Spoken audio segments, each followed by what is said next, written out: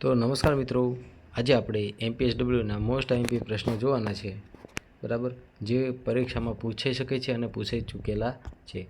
તો શરૂઆત કરી દઈએ આજના આપણા વિડીયોથી, જેની અંદર આપણે આઈએમપી પ્રશ્નોની સાથે તમામ માહિતી આપીશું, બરાબર. અને આપણે કોઈ પ્રશ્નનો 36 ડિગ્રી, બરાબર, એને આજુબાજુના લગતા પ્રશ્નો શું કહેવા માગે છે એ પણ જોઈ લઈશું, બરાબર. ચલો, તો શરૂઆત કરી દઈએ. પહેલો પ્રશ્ન છે આપણો કે WHO વડું મથક ક્યાં આવેલું છે, બરાબર. WHO વડું મથક, તો WHO જે હેડક્વાર્ટર છે એ ક્યાં આવેલું છે? જીનીવામાં આવેલું છે, બરાબર. તો અહીંયા આપણે WHO અનુલક્ષીને એક બીજો પ્રશ્ન યાદ રાખી લેવાનો છે. WHO પૂરું નામ શું છે? તો કે વર્લ્ડ હેલ્થ ઓર્ગેનાઇઝેશન, બરાબર. વર્લ્ડ હેલ્થ ઓર્ગેનાઇઝેશન છે, બરાબર.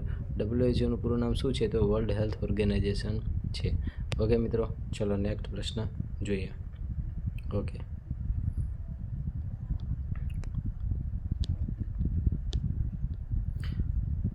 તો મિત્રો આ મોસ્ટ આઈએમપી પ્રશ્ન છે, બરાબર. ઓકે, તો જોઈએ કે 2 લાખની વસ્તીએ કચરાનું ઉત્પાદન કેટલું થાય છે, બરાબર. તો 2 લાખની વસ્તીએ કચરાનું ઉત્પાદન કેટલું થાય છે? તમે ઓપ્શન જોઈ શકો છો. તો મિત્રો તમે જોઈ શકો છો કે જ્યારે 2 લાખની વસ્તી હોય છે, બરાબર, તો 2 લાખની વસ્તીમાં કચરાનું ઉત્પાદન કેટલું હોય છે? તો 2 લાખની વસ્તીમાં કચરાનું ઉત્પાદન યાદ રાખવાનું છે 200 થી 300. હવે તમારે આને 360 ડિગ્રીમાં આ પ્રશ્ન સમજવાનો છે. 2 લાખ કીધું હોય, બરાબર, 2 લાખ, તો 2 લાખમાં તો આ જવાબ આવશે, પરંતુ કોઈ એમ કે 1.9 લાખ કહ્યું હોય તો શું જવાબ આવશે? તો પણ એ જવાબ આવશે 200 થી 300. કેમ? કારણ કે તમારે યાદ રાખવાનું છે કે 2 લાખ કે તેથી ઓછું, બરાબર, તેથી ઓછું. 2 લાખ કે તેથી ઓછું કીધું હોય ત્યારે પણ શું યાદ રાખવાનું છે? 200 થી 300 જવાબ આવે છે, બરાબર. ચલો નેક્સ્ટ પ્રશ્ન જોઈએ. તો મિત્રો આપણી આ જે વેબગુરુ ચેનલ છે એને તમે સબસ્ક્રાઈબ કરી દેજો, બરાબર. ચલો તો જોઈએ નેક્સ્ટ પ્રશ્ન. ઓકે, તો નેક્સ્ટ પ્રશ્ન છે આપણો. ઓકે, 2 લાખથી 5 લાખની જે વસ્તી છે, 2 લાખથી 5 લાખની વસ્તી કચરાનું ઉત્પાદન કેટલું હોય છે, બરાબર. તો 2 લાખથી 5 લાખની વસ્તી હશે ત્યારે કચરાનું ઉત્પાદન કેટલું હશે? 300 થી 350 ગ્રામનું હશે, બરાબર. 2 લાખથી 5 લાખની વસ્તી હશે ત્યારે કચરાનું ઉત્પાદન કેટલું હશે? 300 થી 350 ગ્રામનું હશે, બરાબર. અને 2 લાખ કે તેથી ઓછું હશે ત્યારે કેટલું હશે? તો 200 થી 300 ગ્રામ હશે. પરંતુ 2 લાખથી 5 લાખનું જ્યારે વસ્તી હશે, બરાબર, ત્યારે કેટલું કચરાનું ઉત્પાદન હશે, બરાબર? તો 300 થી 350 ગ્રામ હશે. ત્યારબાદ જોઈએ નેક્સ્ટ પ્રશ્ન.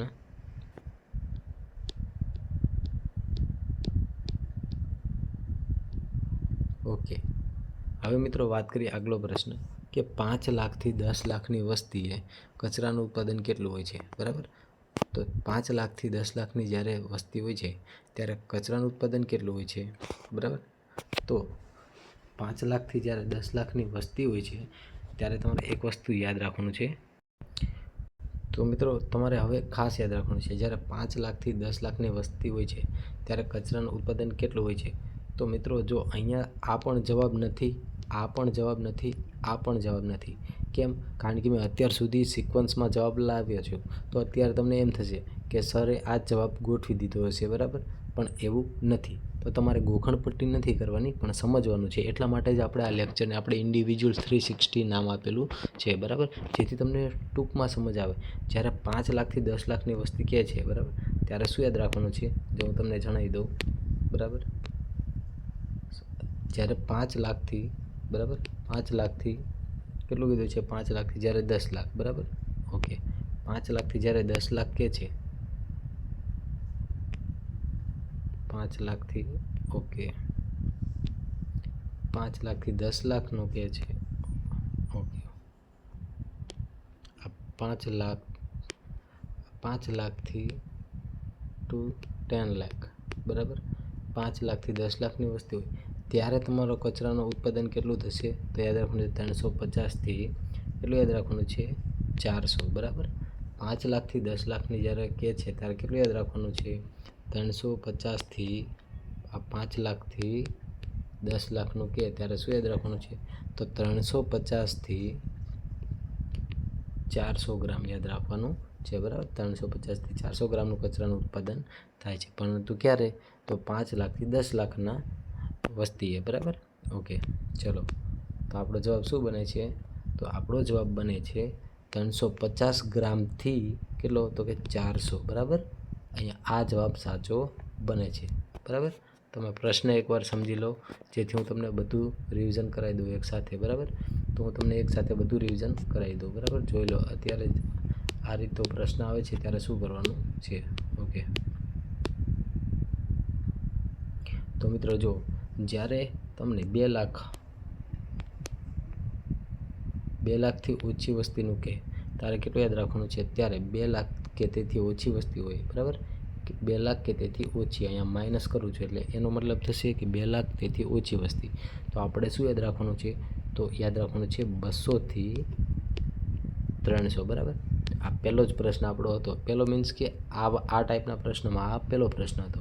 ચલો હવે બીજું જોઈએ. તો નેક્સ્ટ શું હતું? તો કે 2 લાખથી 5 લાખની વસ્તીએ, બરાબર. 2 લાખથી 5 લાખની વસ્તીએ.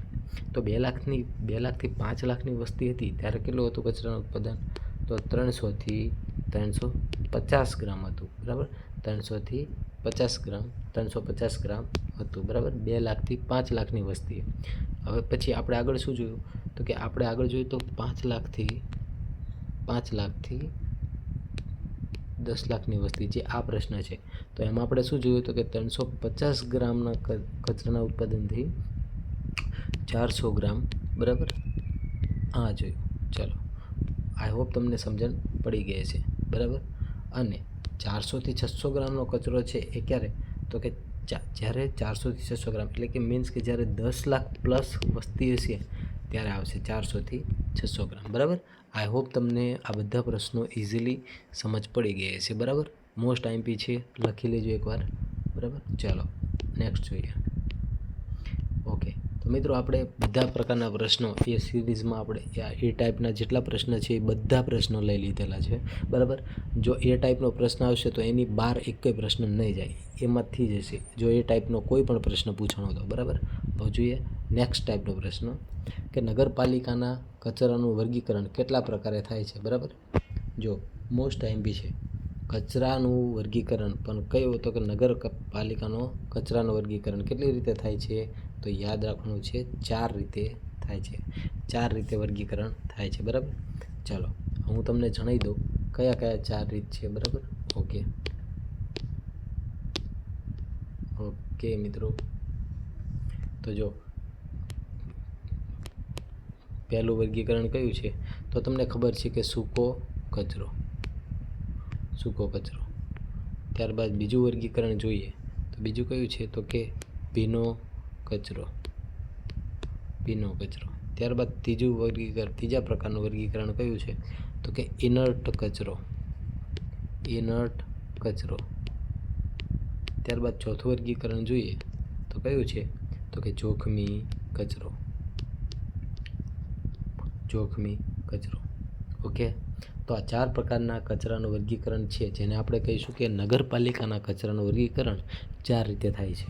હવે હું તમને જણાવી દઉં કે જો આ સૂકો કચરો છે એની અંદર કેવા પ્રકારનો કચરો આવશે?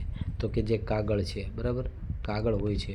ત્યારબાદ પ્લાસ્ટિક હોય છે, બરાબર. એક પ્રકારનો જે સૂકા પ્લાસ્ટિક હોય, કાગળ હોય, કાચ હોય, ઇલેક્ટ્રોનિક કોમ્પ્યુટરના જે સ્પેર પાર્ટ્સ હોય છે, અને લોખંડનો પણ સમાવેશ કેમાં થશે? તો કે સૂકા કચરામાં થશે, બરાબર. આટલી વસ્તુ સૂકા કચરામાં આવશે. ભીનો કચરો એટલે ભીના કચરાનું એક બીજું નામ પણ યાદ રાખી લેજો. શું? તો કે બાયોડિગ્રેડેબલ કચરો કહી શકાય. ભીના કચરાને બીજું કયું નામે ઓળખાય છે? તો બાયોડિગ્રેડેબલ કચરાના નામથી પણ ઓળખવામાં આવે છે. ઓકે, ચલો નેક્સ્ટ જોઈએ તો કે ઇનર્ટ કચરાનું બીજું નામ છે નિષ્ક્રિય કચરો, બરાબર. અને ત્યારબાદ જોઈએ નોન બાયોડિગ્રેડેબલ કચરો છે, એટલે કયો કચરો છે? તો એને આપણે કહીશું કે ઇનર્ટ કચરો, બરાબર. નોન બાયોડિગ્રેડેબલ તો કયો? તો કે ઇનર્ટ કચરો. અહીંયા તમે જોઈ શકો છો ઇનર્ટ કચરો છે એ નોન બાયોડિગ્રેડેબલ છે, અને બાયોડિગ્રેડેબલ કચરો કયો છે? તો કે જે ભીનો કચરો છે એને બાયોડિગ્રેડેબલ કચરો કહીશું. ચલો, અને છેલ્લો જે કચરો છે એને આપણે કહીશું જોખમી કચરો. ચલો આપણે આપણા ટોપિક ઉપર પાછા જઈએ. તો આપણે આઈ હોપ તમને આ પ્રશ્નમાં કમ્પ્લીટલી સમજણ પડી ગઈ છે કે નગરપાલિકાના કચરાનું વર્ગીકરણ કેટલી રીતે થાય છે. તો દેટ ઇઝ ફોર આન્સર. બરાબર. ચાલો જઈએ નેક્સ્ટ. કયા પ્રકારના કચરાનું એનોરોબિક અને એરોબિક પાચન થાય છે? બરાબર, મોસ્ટ આઈએમપી છે. તો કયા પ્રકારના કચરાનું એરોબિક અને એનોરોબિક પાચન થાય છે? તો એના માટે શું જવાબ છે કે ભીનો જે કચરો છે એનું એનોરોબિક અને એરોબિક પાચન થાય છે. કઈ રીતે એનોરોબિક? તો જે આ ભીનો કચરો છે એ કેવો કચરો છે? તો કે બાયોડિગ્રેબલ કચરો છે. બાયોડિગ્રેબલ કચરો હોવાથી સેપ્ટિક ટેન્કની અંદર જે ચલો એ આપણે મળજળમાં પણ એનોરોબિક અને એરોબિક પ્રોસેસ થાય છે. ત્યારબાદ કચરાની પ્રોસેસ એવા જ પ્રકારના બેક્ટેરિયાની પ્રોસેસ આ પ્રકારના કચરાની પ્રોસેસ થાય છે ત્યારે પણ સેમ ટુ સેમ પ્રોસેસ થાય છે. બરાબર. પેલું મળજળ હોય છે અને આ હોય છે કચરાને રિલેટેડ. બરાબર. ચલો જોઈએ નેક્સ્ટ. આઈ હોપ તમને આ વસ્તુ સમજણ પડી છે. ફક્ત એટલું યાદ રાખજો કે એરોબિક અને એનોરોબિક કચરો, બરાબર, પાચન એ કયા પ્રકારના કચરામાં થાય છે? તો ભીના કચરામાં થાય છે. અથવા એમ યાદ રાખો એ પ્રકારે પણ યાદ રાખી શકો છો કે એનોરોબિક અને એરોબિક કચરો જે છે, બરાબર, એનું જે પાચન છે એ કેવા પ્રકારના કચરામાં થાય છે? તો બાયોડિગ્રેબલ પ્રકારનો જે કચરો છે એમાં પણ થાય છે. હવે બાયોડિગ્રેબલનો મતલબ જ એ કે એનું પાચન થઈ શકે. અને પાચનના બે પ્રકાર છે, એનોરોબિક અને એરોબિક. ચલો આઈ હોપ તમને ખબર પડી ગઈ છે. અને બાયોડિગ્રેબલ કચરો એટલે જ કયો? તો કે ભીનો કચરો અથવા બાયોડિગ્રેબલ કચરો એ બેને સેમ જ નામ છે. જેનું કેવું થાય છે પાચન? તો કે એરોબિક અને એનોરોબિક થાય છે. ચલો જઈએ નેક્સ્ટ.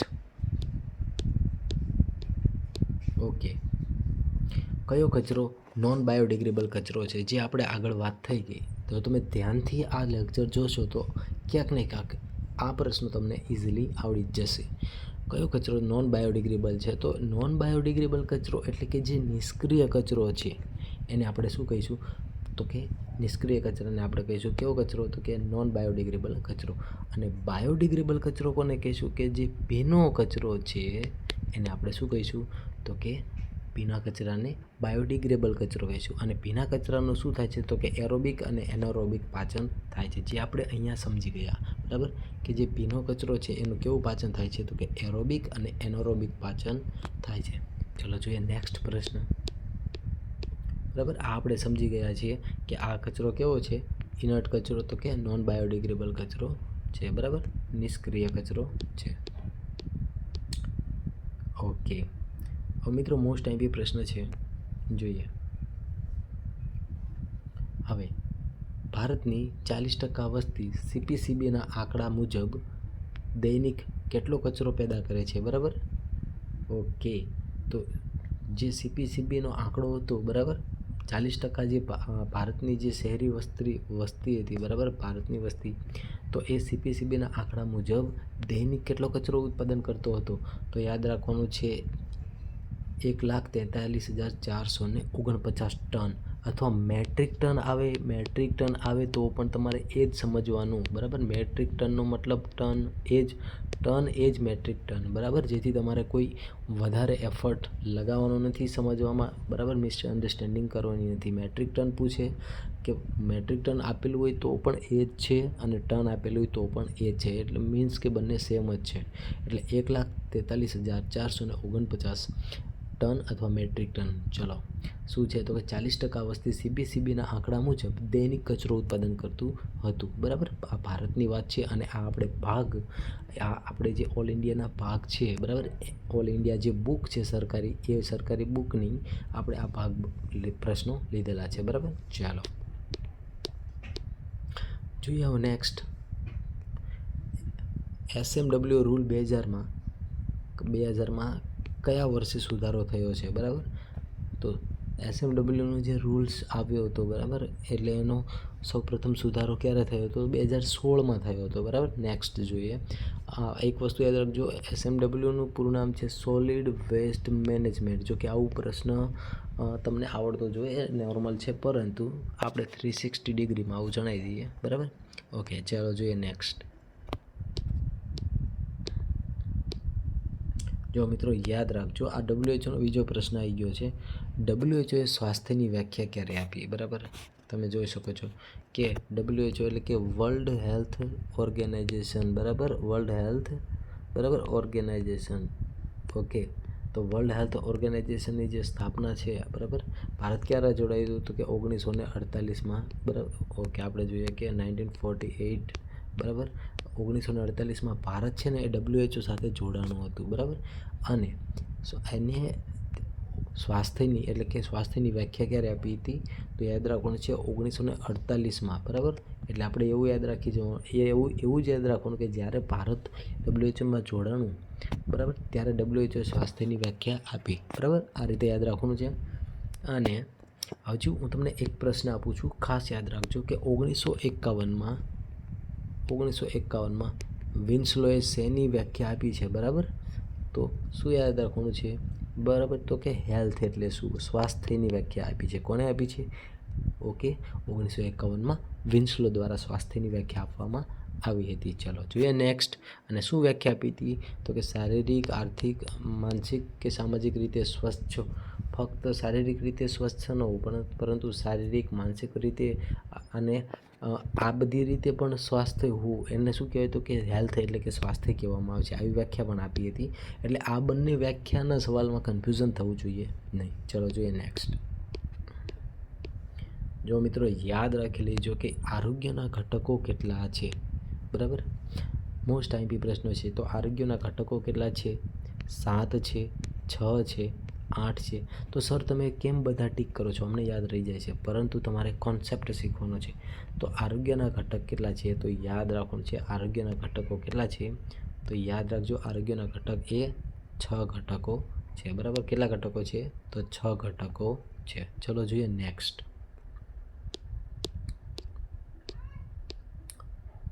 ઓકે, તો જોઈએ નેક્સ્ટ પ્રશ્ન. કયા સાધનથી પ્રવાહીની વિશિષ્ટ ઘનતા માપવામાં આવે છે? બરાબર, કયા સાધનથી પ્રવાહીની વિશિષ્ટ ઘનતા માપવામાં આવે છે? તો ઇઝી પ્રશ્ન છે, હાઇડ્રોમીટર, બરાબર. હાઇડ્રોમીટરથી પ્રવાહીની વિશિષ્ટ ઘનતા માપવામાં આવે છે. હવે વાત આ વિસ્કોમીટર. જે વિસ્કોમીટર છે એનાથી શું માપવામાં આવે છે?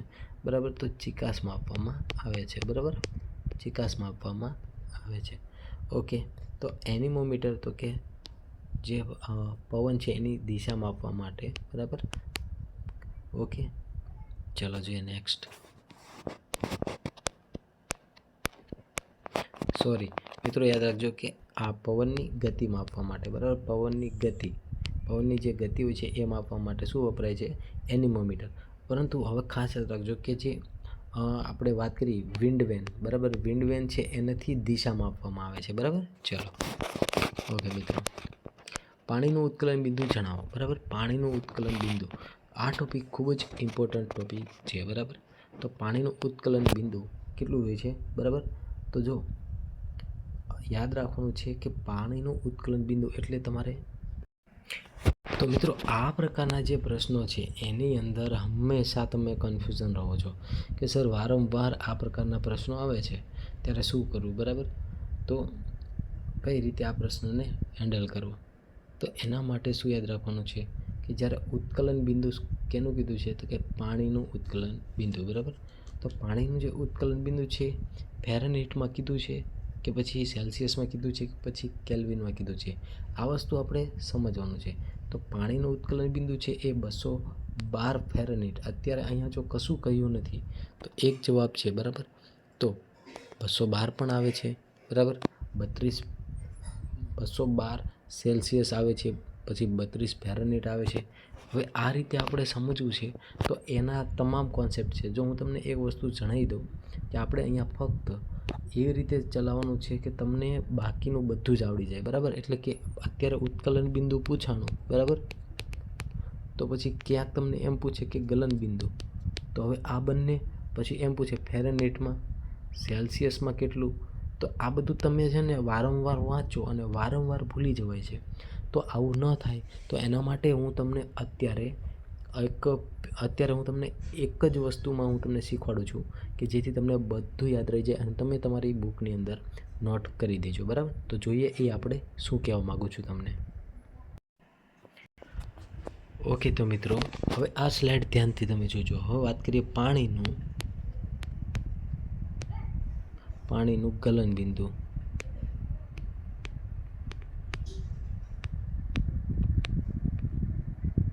ઓકે, પાણીનું આપણે ગલનબિંદુના જેટલા પ્રશ્નો બને છે એ તમામ પ્રશ્નો એક જ વખતમાં લઈ લેવાના છે. તો પાણીનું છે ને ગલનબિંદુ 3 પ્રકારે માપાય છે. બરાબર, 3 પ્રકારે માપવામાં આવે છે. હવે કયા 3 પ્રકાર છે હું તમને બરાબર જણાવી દઉં. તો સૌપ્રથમ યાદ રાખવાનું છે સેલ્સિયસમાં. બરાબર, તો સેલ્સિયસમાં હવે જ્યારે પાણીનું ગલનબિંદુ સેલ્સિયસમાં પૂછે ત્યારે શું યાદ રાખવાનું, તો ત્યારે સેલ્સિયસમાં હંમેશા 0 ડિગ્રી સેલ્સિયસમાં પાણીનું ગલનબિંદુ હોય છે. બરાબર, પાણીનું ગલનબિંદુ સેલ્સિયસમાં કેટલું હોય છે, તો કે 0 એ હોય છે, 0 ડિગ્રીએ હોય છે. ત્યારબાદ આગળ જોઈએ, જો ફેરનહીટમાં પૂછે તો શું જવાબ આવશે. બરાબર, તો પાણીનું ગલનબિંદુ જ છે પરંતુ ફેરનહીટમાં જ્યારે પૂછે ત્યારે શું યાદ રાખવાનું છે, તો કે 32 ફેરનહીટ યાદ રાખવાનું છે. 32 ફેરનહીટ રાખવાનું છે. ઓકે, કેટલું યાદ રાખવાનું છે, 32 ફેરનહીટ યાદ રાખવાનું છે. હવે આ જો તમે શીખી જશો પછી જે મારો પ્રશ્ન છે, બરાબર, એકચ્યુઅલ જે આપણે પ્રશ્ન ભણી રહ્યા છીએ એ પ્રશ્નનો જવાબ તમને આરામથી આવડી જશે. બરાબર, અને વાત કરીએ જો પાણીના ગલનબિંદુ કેલ્વિનમાં. બરાબર, અને જો કેલ્વિનમાં પૂછે, આ થયું ફેરનહીટમાં. ઓકે,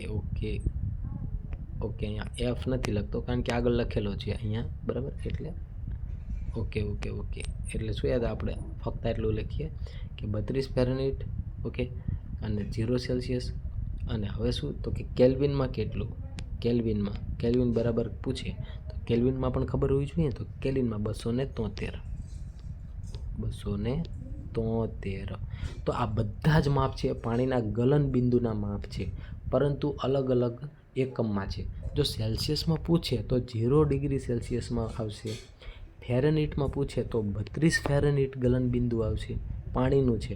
ઓકે, અને પાણીનું ગલનબિંદુ જો કેલ્વિનમાં પૂછે તો 273 આવશે. બરાબર, આટલું યાદ રાખો એટલે કોઈ પણ પ્રશ્નનો જવાબ તમે આમાંથી આપી શકશો. બરાબર, ચલો, આ ટાઈપના પ્રશ્નોની આખી સિરીઝ.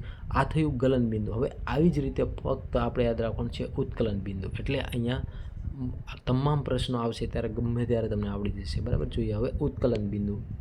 ઓકે, પાણીનું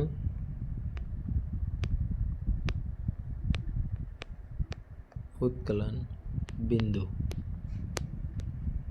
ઓકે, પાણીનું ઉત્કલન બિંદુની જો વાત કરીએ તો પાણીનું ઉત્કલન બિંદુ જ્યારે સેલ્સિયસમાં પૂછે ત્યારે 100 ડિગ્રી સેલ્સિયસ આવશે.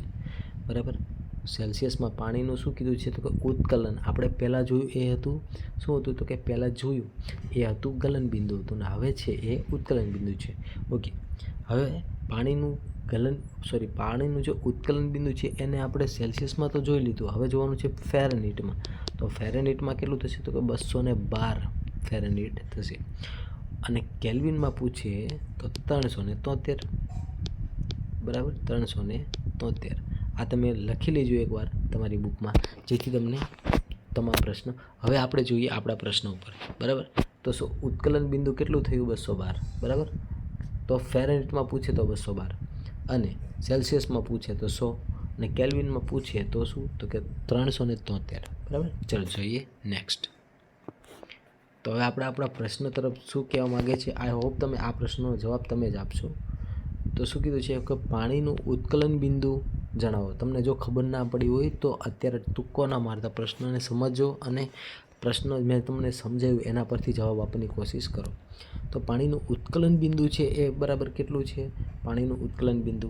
અને જો અહીંયા કશું નથી કહ્યું અને ઓપ્શનમાં શું આપેલું છે, બરાબર, તો ઓપ્શનમાં પાણીનું ઉત્કલન બિંદુ જ આપણે જોવાનું ને. તો પાણીનું ઉત્કલન બિંદુ આપણે જોઈએ કે 212 ફેરનહીટ મેચ થાય છે. બરાબર, શું મેચ થાય છે, બરાબર, 212 ફેરનહીટ પાણીનું ઉત્કલન બિંદુ મેચ થાય છે. બરાબર, ઓકે, અને આ 32 ફેરનહીટ પાણીનું ઉત્કલન બિંદુ નથી, પણ શું છે તો એ પાણીનું ગલન બિંદુ છે. શું છે? ગલન બિંદુ છે. બરાબર, એટલે તમારે કન્ફ્યુઝન થવાનું નથી, એટલા માટે જ મેં આવા ઓપ્શન મૂકેલા છે. બરાબર, ચલો જોઈએ નેક્સ્ટ.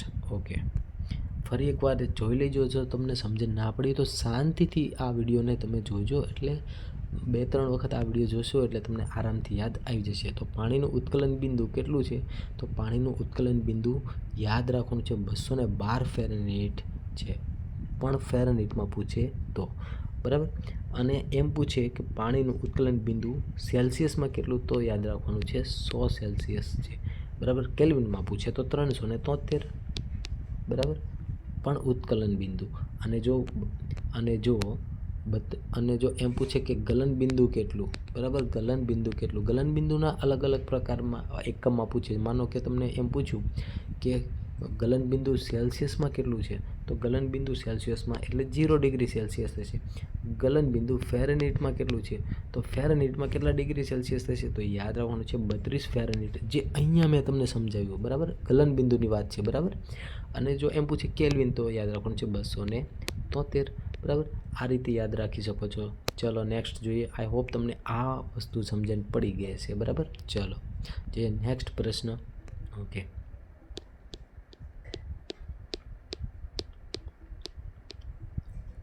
ઓકે, ચલો મોસ્ટ આઈએમપી પ્રશ્ન છે. બરાબર, ટ્રેડ પ્રિમાઇસીસનો કહી શકાય. જો વાયુ સંચાર ન હોય તો રૂમની ઊંચાઈ કેટલી રાખવી જરૂરી છે? બરાબર, તો રૂમની જો વાયુ સંચાર ન હોય તો રૂમની ઊંચાઈ કેટલી હોવી જોઈએ? તો યાદ રાખવાનું છે 10 મીટર હોવી જોઈએ. બરાબર, 10 મીટર હોવી જોઈએ. ઓકે, 1 મિનિટ મિત્રો, અહીંયા તમે એક વસ્તુ કરેક્શન કરી લેજો. 10 મીટર નહીં પણ 10 ફૂટ આવશે. બરાબર, 10 ફૂટ આવશે. બરાબર, ચલો. ઓકે, જો તો અહીંયા કરેક્શન કરેલું જ હતું આગળ. બરાબર, ઓકે, પણ મેં તમને સમજાવી દીધું છે. બરાબર, કે જો વાયુ સંચાર નથી તો રૂમની ઊંચાઈ છે એ કેટલા ફૂટ હશે? તો 10 ફૂટમાં હશે. હવે આ ફૂટ અને મીટરમાં કન્ફ્યુઝન ન કરતા, જેથી તમારે કોઈ પણ પ્રશ્ન આવે તો તમને આવડતો હોવા છતાં માર્ક કપાઈ ના જાય. બરાબર, તો જોઈએ 10 ફૂટ આવશે. બરાબર, જો વાયુ સંચાર ન હોય તો તેની રૂમની ઊંચાઈ કેટલી હોવી જોઈએ? તો 10 ફૂટ હોવી જોઈએ. ચલો જોઈએ નેક્સ્ટ પ્રશ્ન. ઓકે, તો મિત્રો હવે યાદ રાખવાનું છે, આજે સ્ટ્રેટ પ્રિમાઇસીસના આપણે એક અલગથી લેક્ચર મૂકીશું MPSW માટેનો, જે તમારા માટે ખૂબ ઇમ્પોર્ટન્ટ બનશે આવનારી કોઈ પણ પરીક્ષામાં અને નેક્સ્ટ કોઈ પણ પરીક્ષામાં. બરાબર, અને મિત્રો અમારી ચેનલને અત્યાર સુધી જો તમે સબસ્ક્રાઈબ ના કરી હોય તો ચેનલને સબસ્ક્રાઈબ કરી દેજો, કારણ કે અમે એકદમ ફ્રી કોસ્ટમાં આવા વિડીયો લાવશું, અને એકદમ હંમેશા ફ્રી કોસ્ટ જ રહેશે. બરાબર, કોઈ પણ પેડ કોર્સ અમે લાવતા નથી. ઓકે, અને મટીરિયલ મળશે એ પણ ફ્રીમાં જ મળશે. જોઈએ નેક્સ્ટ.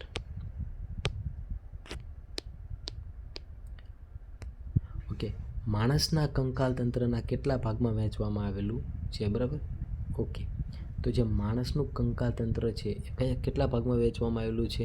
મોસ્ટ આઈએમપી છે, તો 2 ભાગમાં વહેંચવામાં આવેલું છે. બરાબર, તો તમને જણાવી દો કયા 2 ભાગ છે. તો પહેલું છે એ અક્ષીય અને બીજું છે અનુબંધીય. બરાબર, અક્ષીય અને અનુબંધીય યાદ રાખવાનું છે. ચલો જોઈએ નેક્સ્ટ.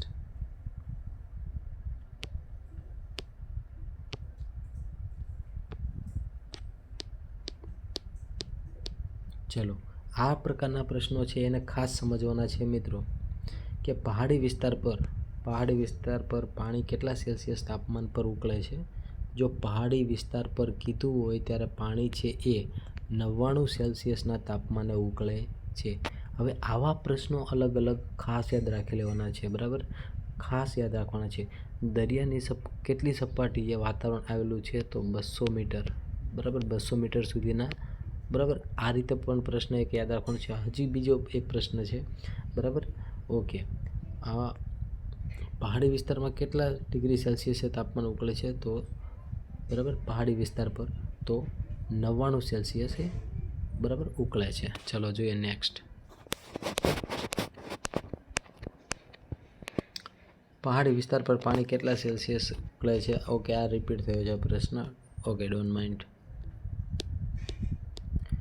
ઓકે, હવે યાદ રાખવાનું છે, મોસ્ટ આઈએમપી છે કે માણસમાં ગ્લાયકોઝન, બરાબર, માણસમાં જે ગ્લુકોઝ છે એ ગ્લાયકોઝન સ્વરૂપે ક્યાં સંગ્રહ થાય છે, બરાબર, તો યકૃતમાં સંગ્રહ થાય છે, બરાબર, યકૃત.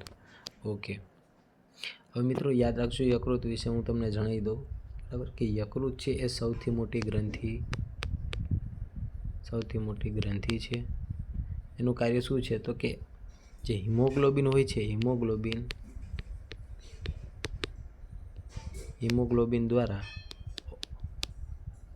ઓક્સિજનનું વહન, બરાબર, અત્યારે O2 લખું છું, O2નું વહન કરે છે બધા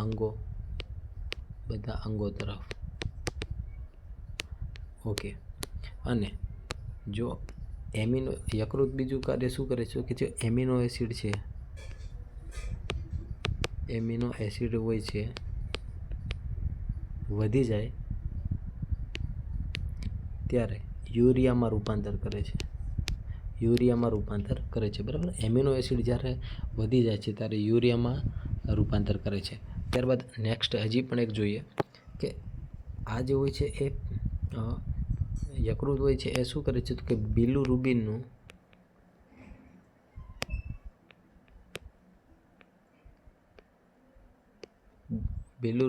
અને બિલુવર્ડિન નિર્માતા છે. બિલુવર્ડિન અને બિલુરુબિનના નિર્માતા કોણ છે, તો યકૃત છે. ત્યારબાદ જોઈએ કે ઝેરી ઝેરનો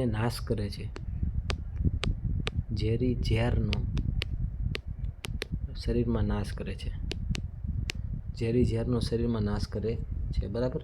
ત્યારબાદ જોઈએ કે જે યકૃત છે એ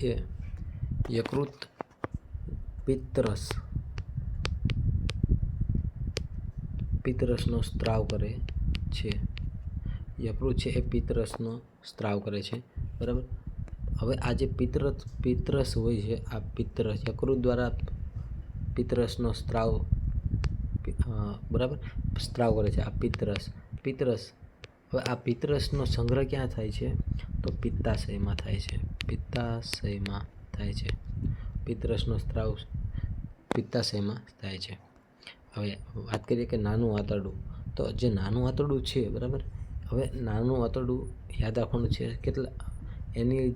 નાનું આંતરડું છે સૌથી વધુ પાચન પ્રક્રિયા, સંપૂર્ણ પાચન, અથવા એમ કહી શકાય સંપૂર્ણ પાચન ક્યાં થાય છે, તો નાના આંતરડામાં થાય છે. નાના આંતરડામાં સંપૂર્ણ પાચન થાય છે, બરાબર. અને હવે યાદ રાખવાનું છે કે આ જે નાનું આંતરડું છે, બરાબર, નાના આંતરડામાં સંપૂર્ણ પાચન થાય એટલે કે સંપૂર્ણ પાચન થયા બાદ મોટા આંતરડામાં શું થાય છે, તો કે જે મોટા આંતરડું હોય છે એની અંદર પાણીનું શોષણ, પાણી અને ક્ષાર. ઓકે, મોટા આંતરડામાં શું થાય છે, તો કે મોટા આંતરડામાં પાણી અને ક્ષારનું શોષણ થાય છે. ઓકે, પેન નાની કરી દઈએ. ઓકે, બરાબર. ઓકે, તો મોટા આંતરડામાં પાણી અને ક્ષારોનું શોષણ થાય છે. ચલો જોઈએ નેક્સ્ટ.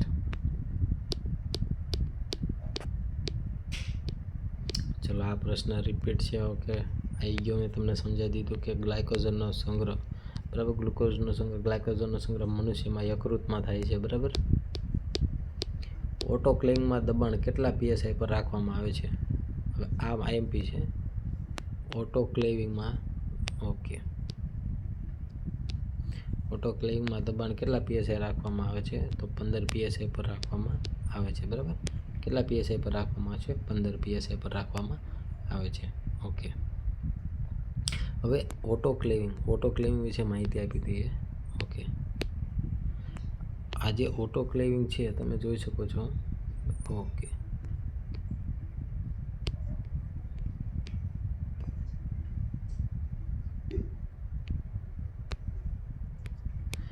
આ ઓટોક્લેવિંગ છે એ સ્પોરનો નાશ કરે છે. સ્પોર બનાવતા જીવાણુ મારે. સ્પોર બનાવતા જીવાણુનો નાશ કરે કોણ કરે છે? તો ઓટોક્લેવિંગ કરે છે. બરાબર, યાદ રાખવાનું છે.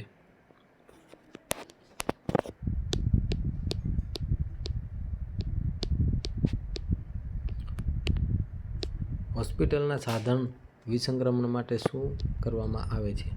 ઓકે, હોસ્પિટલના જે સાધનો હોય છે એનું વિસંક્રમણ કરવા માટે શું વપરાય છે? પાશ્ચ્યુરાઇઝેશન, સ્ટરીલાઇઝેશન, ઓટોક્લેવિંગ. ઓકે, તો હોસ્પિટલના જે સાધનો હોય છે એને સ્ટરીલાઇઝ કરવા માટે ઓટોક્લેવિંગ કરવામાં આવે છે. બરાબર, ઓકે. અને પાશ્ચ્યુરાઇઝેશન, તો કે આ પાશ્ચ્યુરાઇઝેશન એ કોના માટે છે? તો પાશ્ચ્યુરાઇઝેશન છે એ યાદ રાખવું છે દૂધ માટે છે. દૂધ માટે એટલે કે દૂધમાં રહેલ જીવાણુ દૂધના હાનિકારક જીવાણુનો નાશ કરે છે. બરાબર, ઓકે. અને ચલો નેક્સ્ટ જોઈએ હવે.